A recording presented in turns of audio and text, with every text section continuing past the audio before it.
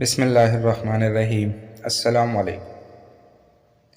انسانی تاریخ کا وہ پراسرار ترین واقعہ جس کو اب 113 سال ہو گئے ہیں، مگر اب بھی سائنسدانوں کو معلوم نہیں ہو سکا کہ آخر وہ ہوا کیسے۔ یہ 30 جون 1908 کی بات ہے، جب سائبیریا کے علاقے ایوانکی کے رہائشیوں نے آسمان پر نیلے رنگ کی روشنی کی حرکت کو رپورٹ کیا تھا، جو ان کے بقول سورج جتنی تیز تھی۔ روشنی کی رپورٹ کے 10 منٹ بعد ایسی گرجدار آواز سنائی دی جیسے باریک توپ خانے سے گولہ باری کی جا رہی ہو۔ یہ آواز مشرق سے شمال کی جانب سفر کر رہی تھی، جبکہ اس کے بعد ایک شاک ویو نے قصبے کو جھنجھوڑ کر رکھ دیا اور کڑکیاں ٹوٹ گئی۔ دھماکے کی آواز، جس کی لہریں یور ایشیا بلکہ برطانیہ تک زلزلہ پیما مرکز نے ریکارڈ کیے، مگر ایوانکی اور ارد گرد کے قصبوں کے رہائشیوں نے درحقیقت کسی قسم کی حقیقی دھماکے کو نہیں دیکھا۔ اس دھماکے کے بعد کئی دن تک ایشیا اور یورپ کے اوپر آسمان میں جگمگاہٹ کو دیکھا گیا، جو برفانی ذرات بلندی پر بننے کا نتیجہ تھا، جبکہ مختلف ممالک میں ماحولیاتی دباؤ میں تبدیلیاں دیکھی گئی۔ اگرچہ دھماکہ تو کسی نے دیکھا نہیں، مگر اس کے مقام کو ضرور دریافت کر لیا گیا، جو مشرقی سائبیریا میں واقع تھا۔ وہاں موجود 800 اسکوائر میل رقبے پر پہلا جنگل یا 8 کروڑ درخت مکمل طور پر غائب ہو گئے، اور اس کی کوئی وجہ بھی سمجھ نہیں آ سکی۔ سائنسدانوں کا ابتدا میں ماننا تھا کہ وہ دھماکے کے اثر کا نتیجہ ہے، مگر اس مقام پر کبھی کوئی گڑھا دریافت نہیں ہو سکا۔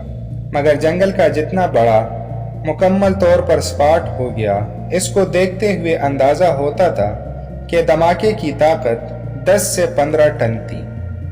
سائنسدانوں نے یہ جاننے کی کوشش کی کہ آخر یہ دھماکہ ہوا کیوں، کیونکہ اتنی طاقت کا دھماکہ ایک بڑے شہر کو تباہ کر سکتا ہے، مگر اس کے بعد کبھی ایسا نہیں ہوا۔ اور جب سے ہی سائنسدان کے ذہن چکرا رہے ہیں کہ آخر ایسا ہوا کیوں اور وجہ کیا تھی۔ خوش قسمتی سے وہ علاقہ آباد نہیں تھا، ورنہ بہت زیادہ انسانی جانوں کا ضیاع ہوتا۔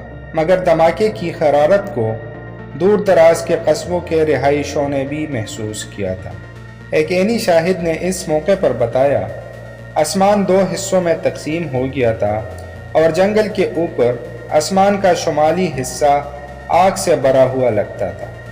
اس کا کہنا تھا، اس وقت ایک آسمان میں ایک دھماکہ ہوا اور بہت بڑا کریش ہوا، ایسا کریش جس کو سن کر لگتا تھا کہ آسمان سے پتھر برس رہے یا گنوں کی فائرنگ ہو رہی ہو۔ اسے ٹونگوسکا یونٹ کا نام دیا گیا، جو انسانی تاریخ کا اب تک سب سے طاقتور ریکارڈڈ دھماکہ بھی ہے، جس سے خارج ہونے والی ہیروشیما میں گرائے جانے والے ایٹم بم سے 150 گنا زیادہ تھی۔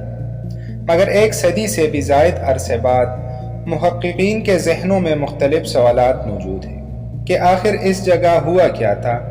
کچھ سائنسدانوں کا ماننا ہے کہ ایک سیارچہ اس دھماکے کی وجہ تھی، مگر اتنے بڑے خلائی جسم کے شواہد اب تک دریافت نہیں ہو سکے۔ کچھ حلقوں کے خیال میں یہ آتش فشاں پھٹنے یا کان کنی کا کوئی حادثہ تھا، مگر اس کے بھی شواہد نہیں مل سکے۔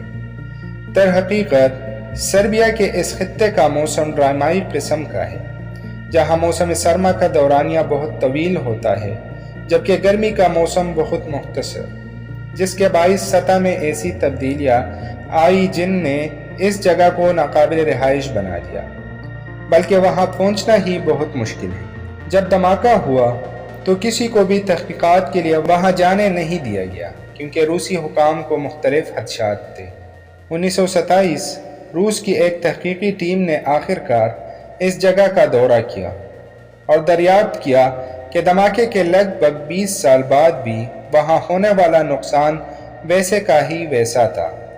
اس ٹیم نے خیال ظاہر کیا کہ ایک خلائی جسم فضا میں پھٹا جس سے یہ نقصان ہوا، مگر کوئی بھی گڑھا یا خلائی ذرات دریافت نہیں ہو سکے۔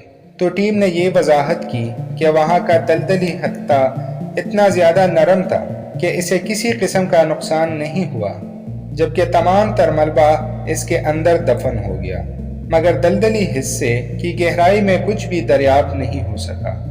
اور کچھ دہائیوں بعد روسی سائنسدانوں نے کہا کہ یہ کوئی شہاب ثاقب نہیں بلکہ دمدار ستارہ تھا، جن کا زیادہ تر حصہ چٹانی نہیں بلکہ برف پر مبنی ہوتا ہے۔ زمین کے ماحول پر ہونے والی تباہی کے بعد برف بخارات بن کر اڑ گئی، مگر یہ خیال بھی درست ثابت نہیں ہو سکا۔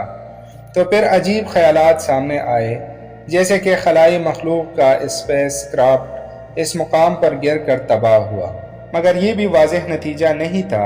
اور 2020 میں ایک تحقیق میں خیال ظاہر کیا گیا کہ ایک بڑا آئرن شہاب ثاقب زمین کے اتنے قریب آ گیا کہ بہت بڑا شاک ویو پیدا کر سکے، مگر ٹکرائے ہوئے بغیر زمین کے پاس سے گزر گیا اور شاک ویو کا اثر اس خطے میں دیکھنے پر آیا۔ تو یہ واقعہ اب تک انسانی تاریخ کے چند پراسرار ترین واقعوں میں سے ہے، جس پر اب تک تحقیقی کام جاری ہے، اور آنے والے برسوں میں اس حوالے سے مزید خیالات سامنے آتے رہیں گے۔